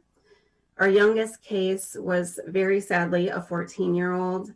Our oldest case was a 75-year-old. A couple other notes on our suicide cases. For any suicide case, the investigator does a blood draw that's sent to our toxicology lab so that we can get a tox report. 4 of our suicide cases had alcohol in their system at the time of death, and 1 had amphetamine. And then mental health, obviously hand in hand with suicide. 4 of our suicide decedents did have previously diagnosed history of anxiety, depression, or PTSD. And suicide mental health has been something Patty's been focused on over the last month and a half or so. So when I wrap up my slides, I think she's going to give a few more updates on that. And then our last manner of death are our natural deaths. Just heads up kind of things on this slide. Remember that these are natural unexpected deaths where Patty was responsible for certifying the death certificate. We have many, many, many other natural deaths within our county that are ultimately certified by the primary physician. Those cases are not included here. This is only those that Patty signed. Out of those, most had a cardiac related cause of death. That includes conditions like cardiac arrest, heart attacks, coronary artery disease. The next most common was pulmonary causes, which we had 18. 6 of those did have COVID-19 as a contributing factor to the cause of death. And other causes in that category are things like COPD, pneumonia, and other causes of respiratory failure.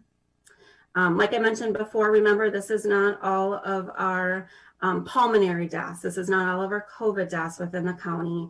These are only the ones where Patty certified the death certificate. Similar to that cancer, 10 death certificates, 10 cases where Patty certified the death certificates. Again, not all of our cancer deaths within the county.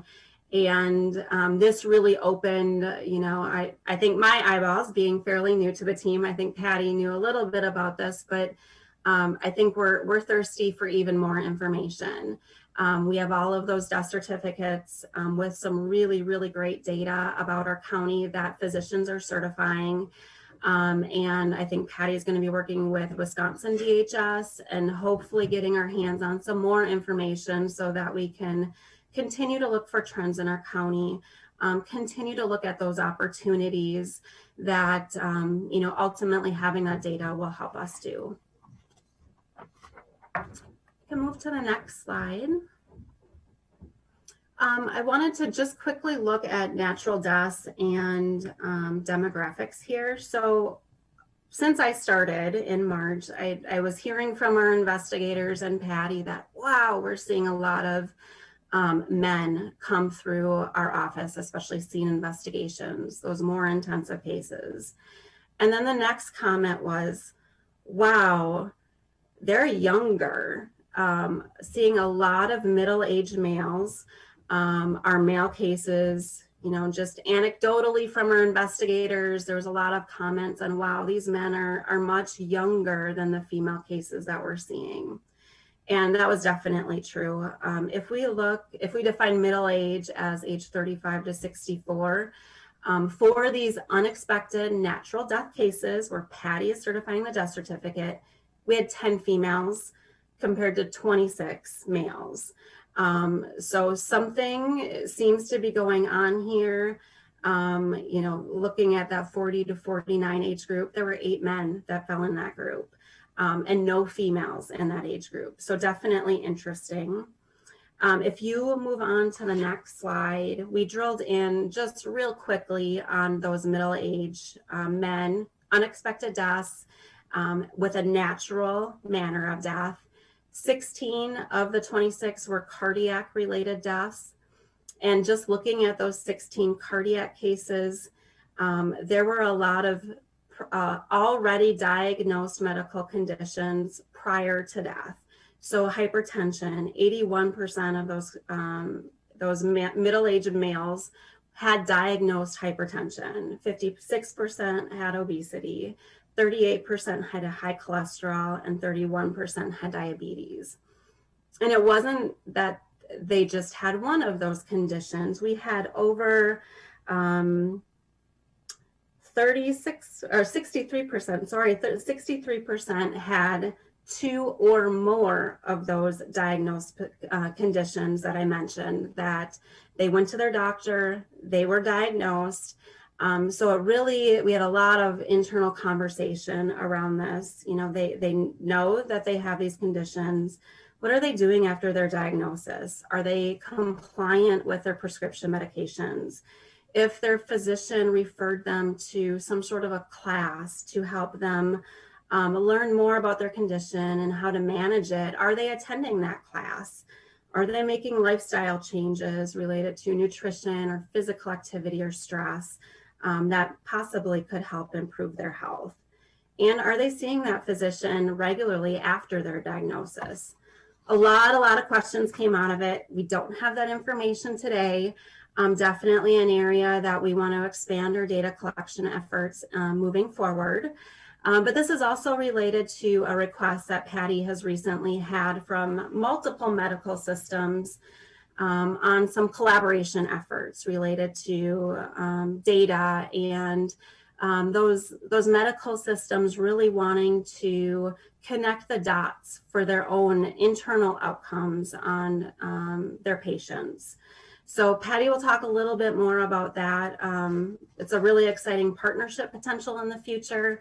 And like I said, kind of an evolving process for sure. We set those fundamentals for 2020, but there's so much further that we can go for 2021, really in the aspect of public health, looking at those trends and giving you all the information that you need to help make decisions and help look for the path for the future. And Ken, you can go to the last slide there. Just wanted to quickly wrap up the 3 main trends, that I really wanted to touch on tonight. First, rising caseloads, really due to that aging population. Second, those male trends that I mentioned. Remember, this is 1 year of data. Some of the sample sizes do get a little small, so take some of it with a grain of salt, but we definitely still felt like it was impactful enough to mention to this team. And then lastly, I just wanted to restate that there is so much more that we can do. We are thirsty for data and really being able to get the right information to tell the story in the future. So thank you for allowing me the time to share some of this. I'm going to turn it over to Patty to wrap up our piece. Thanks, Marcy. As you can see, we have a lot of information here at the medical examiner's office. I think I really want to really show some real clarity in the fact that, with the baby boomers and the aging population, yes, we've heard a lot about COVID, and COVID has impacted how our work is being done. But really, what has impacted us the most is life. With an aging population, we are seeing life as we know it and carefree is going to change. In 1 week in January, our office investigated deaths where we have had 10 children lose a parent in 1 week in St. Croix County. That ties directly with ACEs, Adverse Childhood Experiences, which ties directly with public health and addiction and mental health.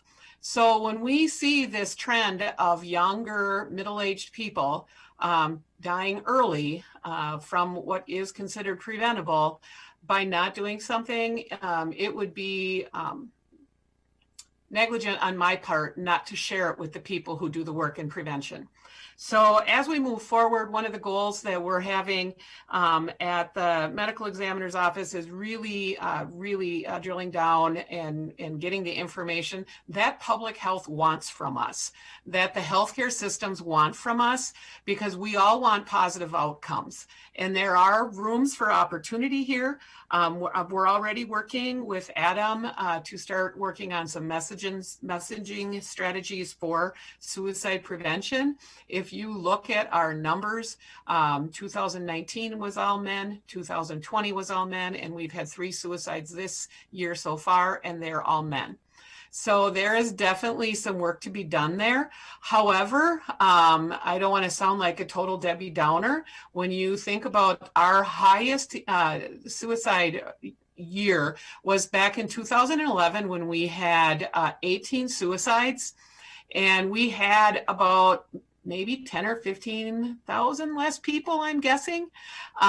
So actually our suicide rate is at a really, it's at a good level in conjunction with our population, but we can still do better because any suicide is a suicide too many. And we have lots of work to do on that. Also for us, you know, we are when you're in this business and doing these investigations, we see the value in prevention.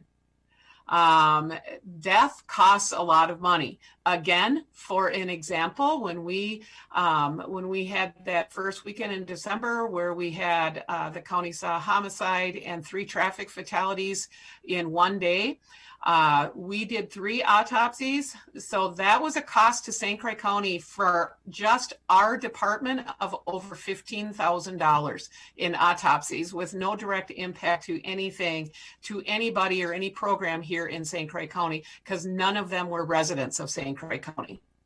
So the work that we do in the medical examiner's office is very important work, and we really keep our heads low and just do our job and figure out what we got to do and work with families.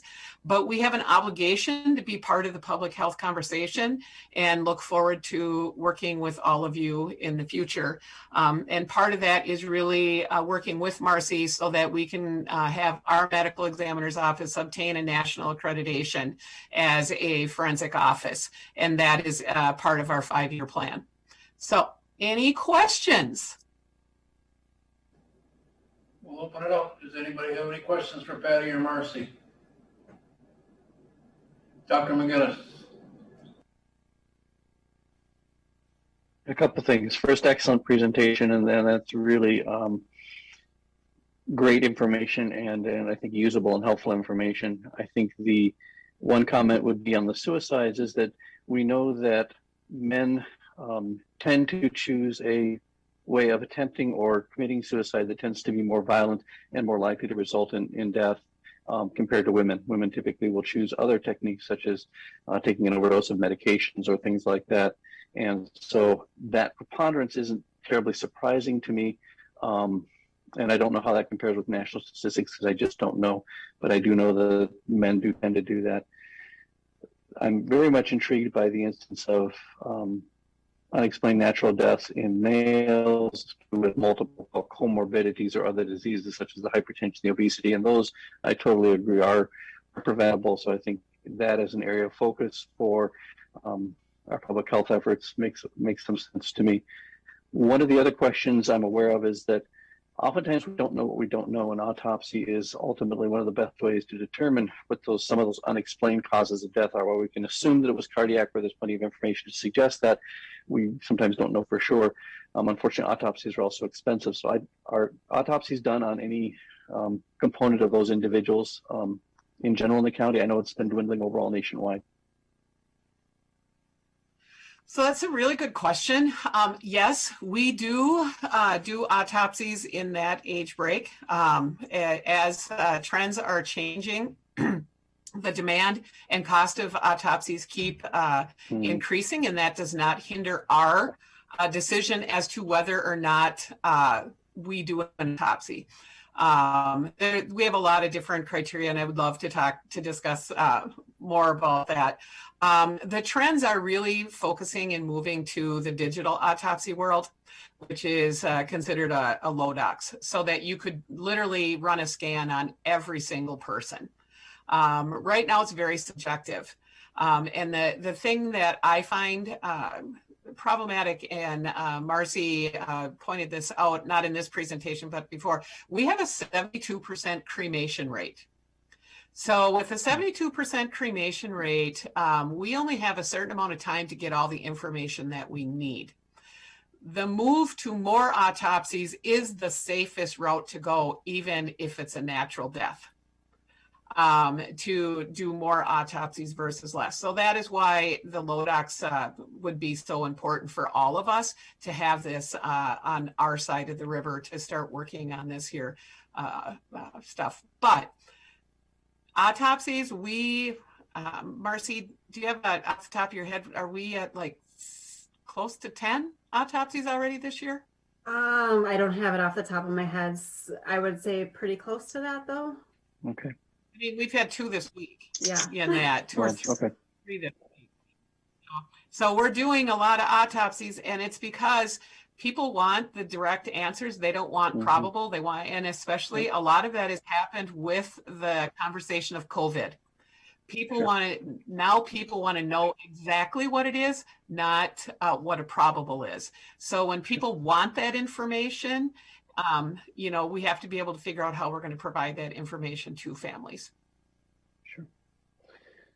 So that's good to know that indeed there are autopsies being done, and there is that quest to make sure we have accurate as best possible information to provide to those folks, those families, and then also for the county and for others to make decisions and assumptions based on. Thank you.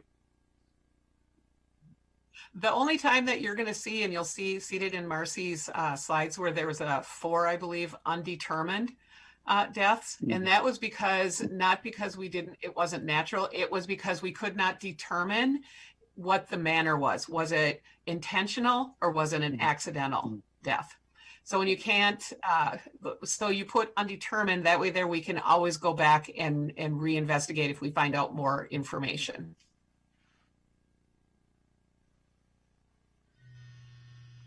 Girl. Thank you, Mr. Chair. Patty and Marcy, thanks for the presentation. A lot of great data. I did have a question. I know in the presentation you mentioned that, of course, because of the aging baby boomers, there's a significant increase in death, and that trend will probably continue.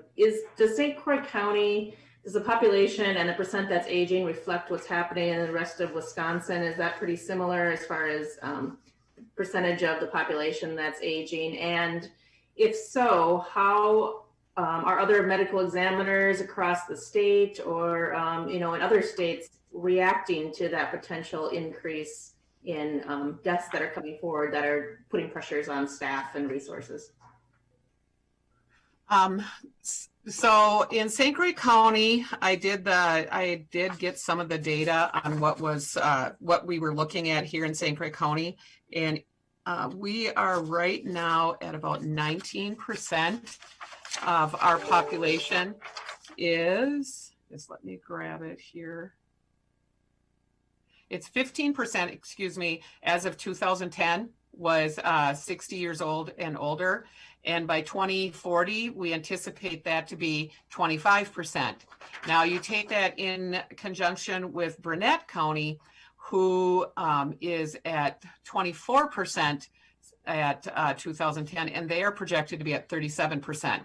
So these smaller counties, I mean, it's varied all over the place, and a lot of it depends on how many people are going to move here. And we have a lot of aging population that are moving here because it's more affordable. We have, so that there will impact our services, in the future. So what does that look like in other counties? We have some counties that autopsy every single scene investigation, no matter what. So for us, we had 160 some scenes at about $3,000 per. That's a very big expense. We do toxicology on everybody. We're not autopsying everybody at this point. But like I told Public Protection, I'm 61 years old. I'm not going to be around here forever. And the next person that comes along might say we will autopsy everybody. And by statute, you know, there's nothing that really you cannot stop someone from autopsying. The liability to the county would be huge.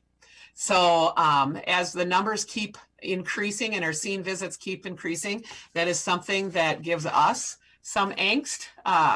You know, we try to be thoughtful. We do very stringent toxicology, but we do understand that, especially in this era where there is some elements of not trusting what the document, the end result is, that it would be much easier just to autopsy everybody in that. So that would offer a lot of clarity to the county as far as what's exactly going on. Any other questions? Dr. McGinnis. Yeah, do you have any of the historical data on the deaths related to overdose over the past few years? So I can go back into CIVRIS and we can pull a report on accidental deaths and drill that down. We can do that and just really start pulling reports. When we got our CIVRIS report, we could actually pull that out and start reviewing death certificates and start looking at that, what the trends look like. Okay. I know that's an area of concern, and certainly nationally, the overdose trend has been rising. And unfortunately, it's a small number here in St. Croix County, so we're subject to some variability. But it would be interesting to take a look at that information at some point. Okay, we can get that. Thank you. Anyone else? All right, seeing none, Patty, we thank you, and Marcy, thank you as well. We've had a lot of good information. Thank you so much. You bet. And before we get on to our request for future agenda items, Bob, I haven't forgot about you. Have you any comments? Thank you, Mr. Chair. If I could make one quick comment, and I did have one brief announcement as well, but my comment is simply, and I'll try and make this short, but about 10 years ago, after working in human services for about 20 years, I went back to school to get my graduate degree in public health. And the reason I did that was because I saw human services as a field or as a profession moving towards public health philosophies and strategies, data-driven program design, social determinants of health as important factors to consider in human service work, things of that nature. So I went back and got my public health degree for that reason, to put the pieces of the puzzle together. My point is that we have here in St. Croix County a co-located public health department within our larger HHS department. I think there's some untapped potential for us as a department to utilize the population data that, as an example, the data that Marcy and Patty presented on morbidity and mortality, but also other kinds of population level data, health assessment data that could be used to better target human service interventions.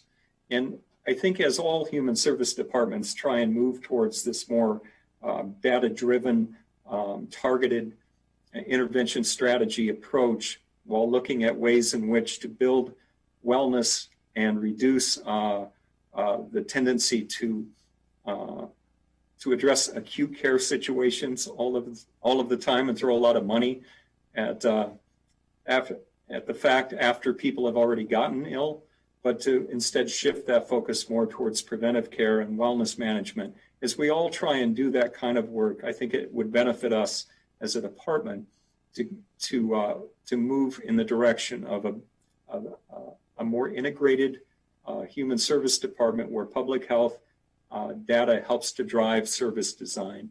And that's, we're talking about that internally, but I just wanted to mention that as sort of bringing together some of the presentations that you heard tonight of what public health does and try and emphasize that I think rather than a separate sort of division of HHS, they're really an integral part of what HHS does and will be, I think, going forward, a more influential aspect of how we design our services and target certain populations that are showing up in the data as disproportionately affected by certain disease or illness. So that was my comment. And my quick announcement is that I just wanted to make everyone aware that there's a new Medicaid benefit that went into effect February 1st that will pay for treatment in 2 levels of residential addiction care. So that Medicaid benefit now pays for qualifying organizations, pays for 2 levels of residential addiction care, the treatment portion of that, not the room and board. But that's a new benefit that just began February 1st. Sort of adding on to that, we're forming a provider meeting that will occur once a month with multiple organizations within St. Croix County that provide addiction care in some capacity. That can be medical providers, it could be addiction-specific kinds of providers, mental health providers, et cetera. And we're trying to get those providers together to focus on not just this residential benefit, but to focus on the continuum of care for addiction treatment and mental health services, so we can get a better, more coordinated grasp of what we're doing as a county to address those specific areas of health. And I mention those two because, again, going back to public health, the Healthier Together public health community health needs assessment identified mental health and addiction as the 2 primary concerns, healthcare concerns for our county and for Pierce counties. So we're already trying to make that connection with public health, but we're also looking at larger systems within our community around mental health and addiction to better coordinate, develop a continuum, and communicate more effectively. And I should include the jail population and the homeless populations in that discussion. Those are my comments, Mr. Chair. I don't think I have anything else. Okay. And we thank you. That's good news to hear about. We appreciate that. Are there any requests for future agenda items coming up? All right, not seeing any. Are there anyone else have any announcements? Ken, do you have anything? He's shaking his head no. Adam, do you have anything? I'll just chime in for a little bit. We had talked earlier about vaccines. I just wanted to give a brief update on some of the analytics around the information that we have on the website. So if you look at our website, the top 4 visited pages or sections, a homepage is obviously the first one, but then we have the dashboard, which that has about 35, close to 36,000 views in the past month. Then the next was the new vaccine page that we had just published. And we've had that published for just over a month, and we've had upwards of 35,000 views. And it looks like we're close to 25,000 unique individuals or unique page hits to that page. So the data is getting out there, the information is getting out there. That's a pretty big increase from some of the other pages that we have. The next most visited page is the COVID landing page. And we're averaging about 20,000 views per month on that. And that is good, yeah, and good news too. Thank you. We appreciate it, and thank you for all your work that you're doing with us. Yeah, no problem. Anyone else? All right, our next meeting will be March 17th at 5 o'clock. I thank everyone for your patience tonight. It's been a long night, but we've got a lot of good information. I think that we've all heard tonight, and I think it was well worth it. So be safe, everybody, and be kind. Have a good night. Thank you. The meeting is adjourned.